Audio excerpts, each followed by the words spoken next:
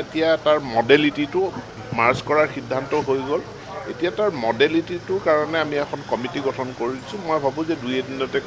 কমিটিয়ে প্ৰতিবেদন দিব এটা স্মুথ ট্ৰানজিশ্যন এটা হ'ব লাগিব আৰু তাৰ কাৰণে সেই মডেলিটিটো লৈ আমি আগবাঢ়িম সকলো বিশ্ববিদ্যালয়ৰ আন্তঃগাঁথনি নিৰ্মাণৰত আছে আমি যিখিনি বিশ্ববিদ্যালয় নতুনকৈ স্থাপন কৰিছিলোঁ প্ৰত্যেকতে আমি 50 কোটিকৈ টকা ঘোষণা কৰিছোঁ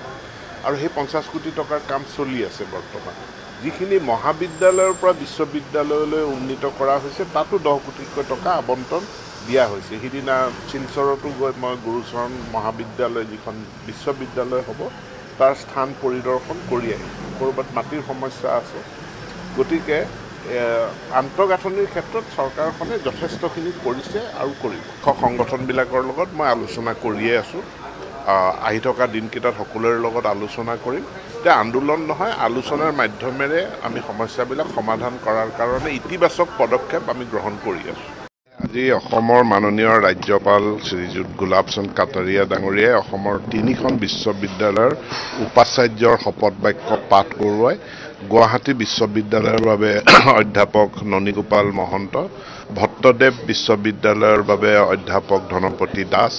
আৰু হুজাইতস্থিত ৰবীন্দ্ৰনাথ বিশ্ববিদ্যালয়ৰ বাবে অধ্যাপক মানৱেন্দ্ৰ দত্ত চৌধুৰী এই তিনিওগৰাকীক শপত বাক্য পাঠ কৰাই মোৰ ফালৰ পৰাই তিনিওগৰাকী বিশ্ববিদ্যালয়ৰ নৱনিযুক্ত উপাচাৰ্যক মই অভিনন্দন জনাইছোঁ আৰু প্ৰত্যাহ্বান বহুত আছে ৰাষ্ট্ৰীয় শিক্ষা নীতি 2020 আমি প্ৰয়োগ কৰি আছোঁ গতিকে তেওঁলোকে খুব সক্ষম নেতৃত্বৰে এই বিশ্ববিদ্যালয়কেইখনক আগুৱাই নিব বুলি মোৰ ফালৰ পৰা আশা ৰাখিছোঁ 100 বা ততোধিক আছে সেই বিদ্যালয়বিলাকত প্ৰধান শিক্ষকৰ পদ সৃষ্টি হ'ব ইয়াত প্ৰয়োজনীয় অনুমোদন আমি লাভ কৰিছোঁ গতিকে 15 আগষ্টৰ ভিতৰত মই কামখিনি সম্পূৰ্ণ কৰাৰ অৰ্থাৎ পদ সৃষ্টি কৰাৰ কামখিনি সম্পূৰ্ণ কৰাৰ চেষ্টা কৰিছোঁ ইতিমধ্যে আমি প্ৰধান শিক্ষকৰ পদ প্ৰাথমিক বিদ্যালয়ত আমি সৃষ্টি কৰাৰ কাৰণে আগবাঢ়িছোঁ কিন্তু সকলো প্ৰাথমিক বিদ্যালয়ত প্ৰধান শিক্ষকৰ পদ সৃষ্টি নহয় যিবিলাক প্ৰাথমিক বিদ্যালয়ত ছাত্ৰ ছাত্ৰীৰ সংখ্যা 100 বা ততোধিক আছে সেই বিদ্যালয়বিলাকত প্ৰধান শিক্ষকৰ পদ সৃষ্টি হ'ব ইয়াত প্ৰয়োজনীয় অনুমোদন আমি লাভ কৰিছোঁ গতিকে 15 আগষ্টৰ ভিতৰত মই কামখিনি সম্পূৰ্ণ কৰাৰ অৰ্থাৎ পদ সৃষ্টি কৰাৰ কামখিনি সম্পূৰ্ণ কৰাৰ চেষ্টা কৰিছোঁ ইতিমধ্যে আমি প্ৰধান শিক্ষকৰ পদ প্ৰাথমিক বিদ্যালয়ত আমি সৃষ্টি কৰাৰ কাৰণে আগবাঢ়িছোঁ কিন্তু সকলো প্ৰাথমিক বিদ্যালয়ত প্ৰধান শিক্ষকৰ পদ সৃষ্টি নহয় যিবিলাক প্ৰাথমিক বিদ্যালয়ত ছাত্ৰ ছাত্ৰীৰ সংখ্যা 100 বা ততোধিক আছে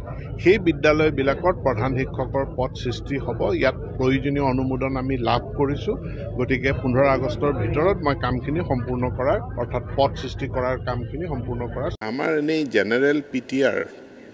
আমাৰ ৰাজ্যখনত খুব ভাল কিন্তু আমাৰ প্ৰতিটো বিষয়ৰ বিশেষকৈ মাধ্যমিক পৰ্যায়ত সাবজেক্ট ওয়াইজ PTRটো আমি উলিয়াইছোঁ এতিয়া যে আমাৰ কোন বিষয়ত শিক্ষকৰ নাটনি আছে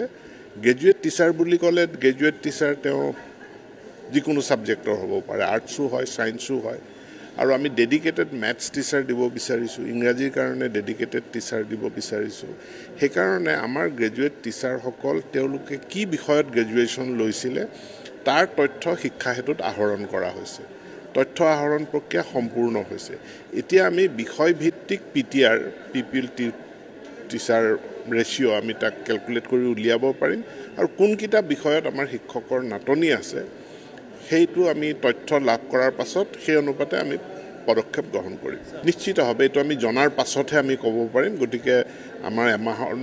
15 দিনৰ ভিতৰত এনালাইসিস কমপ্লিট হৈ যাব তাৰ পাছতে আমি সিদ্ধান্ত ল'ম আসলতে এইটো আপোনালোকে গম পাব কাৰণ আমাৰ কি হয় আমি সায়েন্স টিচাৰ বুলি ক'লে টিচাৰজন আমাৰ সায়েন্সৰ নে মেথছৰ হেতু আমাৰ আগত উল্লেখ নাছিলে যেতিয়া এডভাৰটাইজমেন্ট হয় সায়েন্স টিচাৰ বুলি হয় বা ইংলিশ টিচাৰ বুলি আমাৰ কোনো এপইন্টমেন্ট নাছিলে ইংলিশ টিচাৰ নহয় আমাৰ আৰ্টছ টিচাৰ বুলিহে হয় এতিয়া আমাৰ সাৰ্ভিস ৰুলৰ কাম চলি আছে মাননীয় শিক্ষামন্ত্ৰী মহোদয়ে জনাইছে গতিকে বিষয় ভিত্তিক শিক্ষক নিযুক্তি যাতে হয় এতিয়াৰ পৰা সায়েন্স বুলি ক'লে সায়েন্স মেথছ দুটা পাৰ্ট কৰা কথা তেওঁ ভাবিছে আৰু ইংলিশৰ বিশেষকৈ ইংলিশৰ টিচাৰ হিচাপে আৰ্টছ টিচাৰ নহয় আৰ্টছ টিচাৰটো থাকিবই ইংলিশ টিচাৰ হিচাপেও নিযুক্তি দিয়াৰ তেওঁ ব্যৱস্থা কৰি আছে অতি সোনকালে হ'ব সাৰে জনোৱা মতে আমাৰ নতুন সাৰ্ভিস ৰুল আলোচনা হৈ আছে নতুন সাৰ্ভিস ৰুল ওলাই আহিলেই আমি এইটো বৰ্ষতে হয়তো এডভাৰটাইজমেন্ট আমাৰ ওলাই যাব আৰু এটা সময়ত ধাৰণা আছিলে যে সায়েন্স টিচাৰ হ'লেই হ'ল সি অংকও পঢ়াব সাধাৰণ বিজ্ঞানো পঢ়াব এতিয়া আমি উপলব্ধি কৰিছো আমাৰ ডেডিকেটেড মেথছ টিচাৰ নাই আমাৰ ডেডিকেটেড ইংলিছ টিচাৰ নাই আনকি আমাৰ ডেডিকেটেড অসমীয়া টিচাৰো নাই ল্যাঙ্গুৱেজ টিচাৰো নাই এই কেইদিনত আমি maths teacher dedicated maths teacher য'ত অকল মেথমেটিক্সৰ গ্ৰেজুৱেট জনে তাত এপইণ্টমেণ্ট লাভ কৰিব পাৰিব